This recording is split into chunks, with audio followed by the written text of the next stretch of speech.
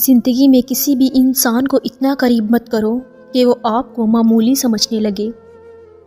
جس کو علم ہو جائے کہ اللہ بڑے غور سے سنتا ہے تو پھر وہ اپنی کہانی کسی اور کو نہیں سناتا۔ اللہ پاک ایسا وقت بہت جلد لائے گا کہ جب تم اپنی آنکھوں سے اپنے لیے معجزے ہوتے دیکھو گے۔ اگر تم کسی کے ساتھ بھلائی کرو اور تمہیں اس کا بدلہ برائی کی صورت میں ملے تو سمجھ لو کہ تمہاری نیکی قبول ہو گئی ہے۔ چیزیں اپنے کمائے ہوئے پیسوں سے خریدیں، سارے شوق خود ہی ختم ہو جائیں گے۔ دنیا وہ کتاب ہے جو کبھی نہیں پڑھی جا سکتی، اور زمانہ وہ استاد ہے جو سب کچھ سکھا دیتا ہے۔ غرور کس چیز پر دنیا کے سارے راستے قبرستان کی طرف جاتے ہیں۔ جو کسی کا برا نہیں چاہتا، ان کے ساتھ کوئی برا نہیں کر سکتا، یہ میرے رب کا وعدہ ہے۔ مشکل وقت میں ہمیشہ دعا مانگا کرو، کیونکہ جب انسان کا حوصلہ ختم ہوتا ہے وہاں سے اللہ پاک کی رحمت شروع ہوتی ہے۔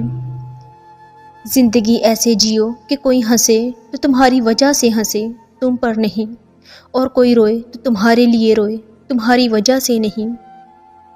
اگر امیر ہو جاؤ تو مغرور مت ہونا، اور اگر غریب ہو جاؤ تو مایوس مت ہونا۔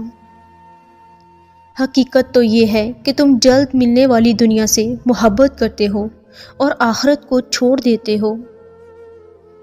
میں اپنا ہر غم اللہ کو بتاتا ہوں، کیونکہ میرے غموں کا علاج صرف میرے اللہ کے پاس ہے۔ قدرت نے کس کو کس سے کب ملوانا ہے، اس کا فیصلہ وہ خود کرتی ہے، اور دیکھنے والے دیکھتے رہ جاتے ہیں۔ اللہ ہی ہے جو دل کی خاموشی کو بھی سمجھ لیتا ہے۔ اللہ تعالیٰ قرآن مجید میں ارشاد فرماتا ہے کہ دنیا کے سہارے مکڑی کے جالے سے بھی زیادہ نازک اور کمزور ہیں۔ ہمارے مانگنے میں کمی ہو سکتی ہے، مگر اللہ کے دینے میں نہیں۔ تم صبر کی انتہا کر دو، اللہ معجزوں کی انتہا کر دے گا۔ اپنے رب سے مانگا کرو، کیونکہ وہ نہ اوقات دیکھتا ہے نہ ذات۔ اللہ بہتر کرے گا، یہ وہ الفاظ ہیں جس سے انسان کی آدھی پریشانی دور ہو جاتی ہے۔ ظالم کو اللہ مہلت ضرور دیتا ہے، لیکن کیا تم نے سنا نہیں کہ اس کی پکڑ بہت شدید ہے؟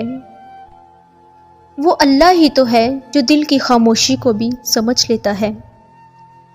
رب کے دینے پر یا نہ دینے پر کبھی شک نہ کرو، بے شک کبھی وہ شکر کرواتا ہے تو کبھی صبر۔